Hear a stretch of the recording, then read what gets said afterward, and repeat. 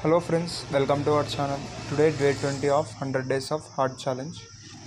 ఈ రోజు అయితే పర్ చిక్ 30 గ్రామ్స్ చొప్పున టోటల్గా 60 kgs ఫీడ్ అయితే మనమైతే ఇచ్చాము. ఈరోజు అయితే వాటర్లోకి అయితే ఎండలు ఎక్కువ ఉన్నాయి కాబట్టి ఎలక్ట్రోలైట్ పౌడర్ అయితే యూస్ చేస్తున్నా. దాని డోసేజ్ వచ్చేసి 1 గ్రామ్ పర్ లీటర్ చొప్పున టోటల్గా 100 గ్రామ్స్ అయితే యూస్ చేశాను. గ్రోత్ అయితే నార్మల్గా నడుస్తుంది, ఎందుకంటే ఎండలు ఎక్కువ ఉన్నాయి కాబట్టి కొద్దిగా గ్రోత్ అనేది తగ్గుతుంది. హీట్ స్ట్రెస్ అయితే చాలా ఎక్కువ ఉంది. మాది రాయలసీమ కాబట్టి చాలా ఎండలు ఎక్కువ ఉన్నాయి. మధ్యాహ్నం టైంలో అయితే పక్కాగా షెడ్ మొత్తం వాటర్ని అయితే స్ప్రే చేస్తున్నాము.